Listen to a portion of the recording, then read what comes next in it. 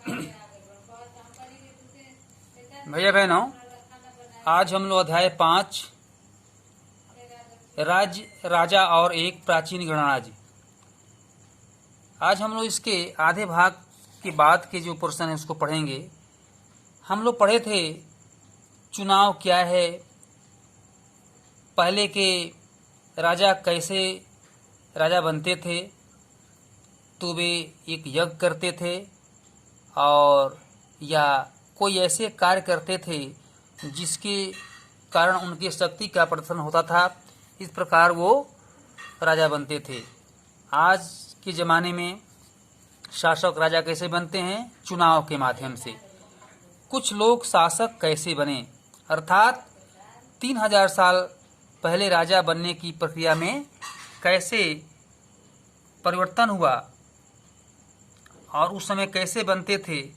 घोड़े छोड़ना और एक अच्छे यज्ञ करना, यज्ञ के आधार पर वे राजा बनते थे और जो विजयी होता था वो उन्हें राजा घोषित हुआ करते थे।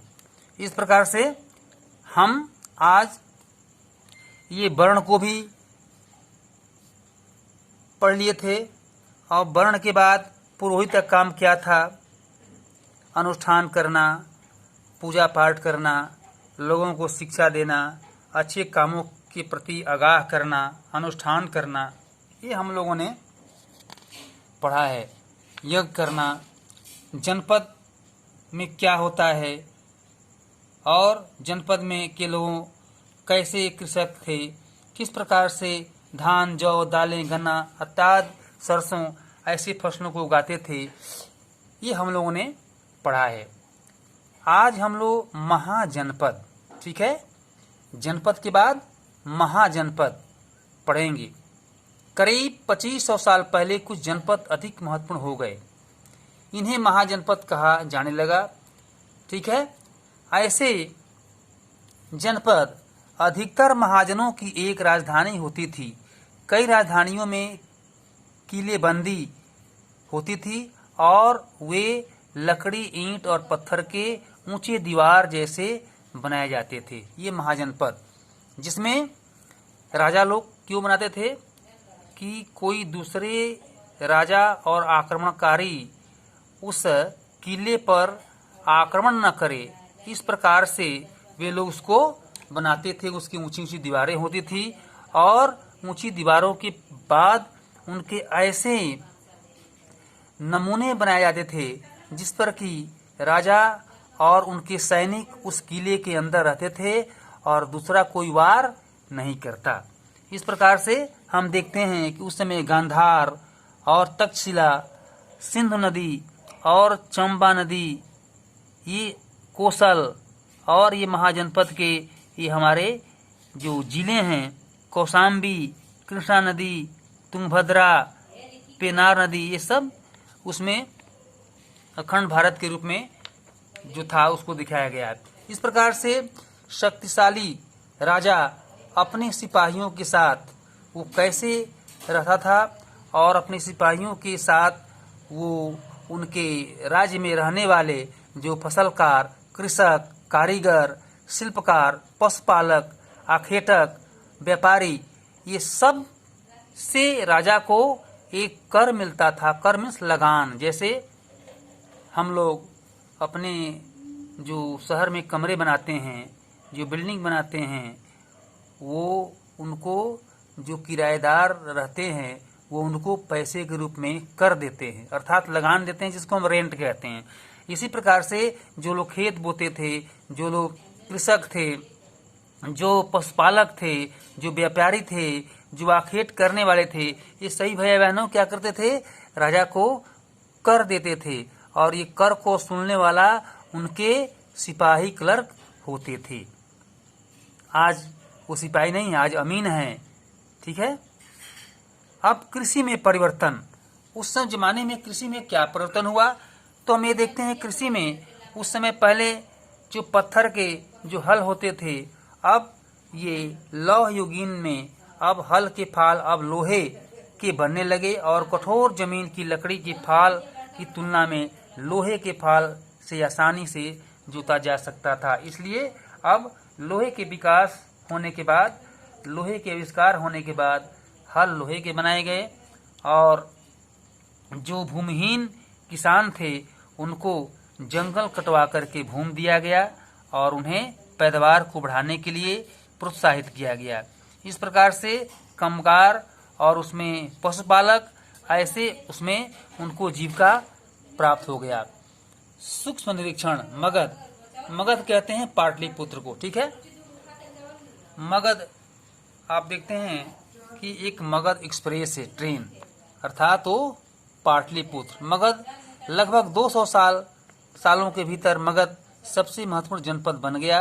गंगा और सोन जैसी नदियां मगध से होकर बहती थी, ठीक है। गंगा नदी और सोन नदी क्या है, ये मगध पटना से होकर जाती है।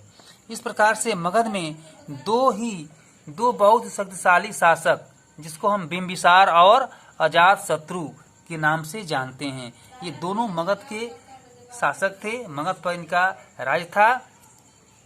इस प्रकार से हम देखते हैं कि ये मगध, आज का पटना जो राजधानी बना हुआ है, यह पहले शासकों का केंद्र था।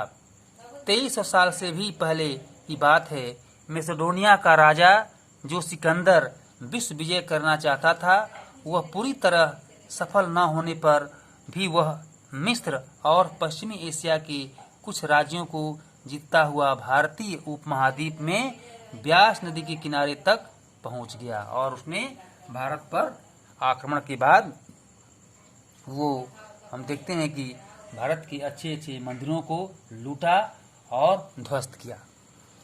वज, जैसे कि तुम देखते हो कि शक्तिशाली राज्य किस प्रकार से अपने गण और संघ में कैसे शासक को, अपने जो सिपाहियों को कैसे प्रोत्साहित करते थे और किस प्रकार से वे आक्रमण संबंधी बातों को बताते थे। गण शब्द का प्रयोग कई सदस्यों वाले समूह के लिए किया जाता है और संघ क्या है, संघ अर्थात संगठन या सभा, इसको हम संघ कहते हैं। आपको इसको दिया गया है लिखने के लिए, गण क्या है, संघ क्या है, इसके परिभाषिक शब्द को आप लिखेंगे। पाठ के अंत में इसको आपको प्रश्न के रूप में दिया गया है। संघ किसे कहते हैं, गण किसे कहते हैं, आखेटक किसे कहते हैं और ये पशुपालक किसे कहते हैं, ऐसे आपको प्रश्न बना करके दिया गया है। इसका उत्तर आप एक्स्ट्रा में लिखेंगे। अजात शत्रु और वज्र संघ, ये दोनों जो है पाटलिपुत्र पर इनका अधिकार था। वे पूर्ण और नियमित सभाएं करते रहते, आपस में मिलजुल कर काम करते रहेंगे और पारंपरिक नियमों का पालन करते रहेंगे। बड़ों का सम्मान, समर्थन और उनकी बातों पर ध्यान देते रहेंगे। ये सभी उन सिपाहियों का था। कई शक्तिशाली राजा इन संघों को जीतना चाहते थे। इसके बावजूद उनका राज्य अब से लगभग 1500 साल पहले तक चलता रहा। इसके बाद गुप्त शासकों ने गण और संघ पर विजय प्राप्त कर उन्हें अपने राज्य में शामिल कर लिया। ठीक है, हम देखते हैं कि हमारा यह राज्य, राजा और एक शक्तिशाली गणराज्य, ये कैसे बना और किस प्रकार से महाजनपद में परिवर्तन हुए, कृषि की क्या व्यवस्था थी और कैसे राजा कर वसूलते थे, राजा कैसे बनते थे। इस प्रकार से इस पाठ में हमने इन चीज़ों को पढ़ा। हमें एक बार इस पाठ को अवश्य पढ़ना चाहिए और पढ़ने के बाद जो इसमें कुछ छूटे हुए चीज़ होंगे उसको आप ठीक से पढ़ करके और समझेंगे। और इसके बाद जो पाठ के अंत में आपको दिया गया है प्रश्न के उत्तर, इसको आप ठीक से लिखेंगे। आपके जो प्रश्न है वो प्रश्न आप स्वयं लिखेंगे, उत्तर केवल दिया गया है। दूसरे जो क्वेश्चन है आप देखते हैं, महाजनपद का राजा, इसमें इसको भरना है। खेटक, संग्राहक, कृषक, व्यापारी, शिल्पकार, पशुपालक, कौन कहाँ है इसको भरेंगे। इसको हम भर करके क्वेश्चन आंसर में दिया गया है। ठीक है, और ये आओ चर्चा करें ये प्रश्न, और आओ करके देखें ये प्रश्न, ये आपको करके हल करके दे दिया गया, इसको आप हल करेंगे। और कुछ अतिरिक्त प्रश्न आप अपने से बनाएंगे, जो तिथियां हैं इसको आप लिखेंगे और चित्र भी बना लेंगे। इसके बाद ये पाठ यहीं संपन्न होता है। धन्यवाद।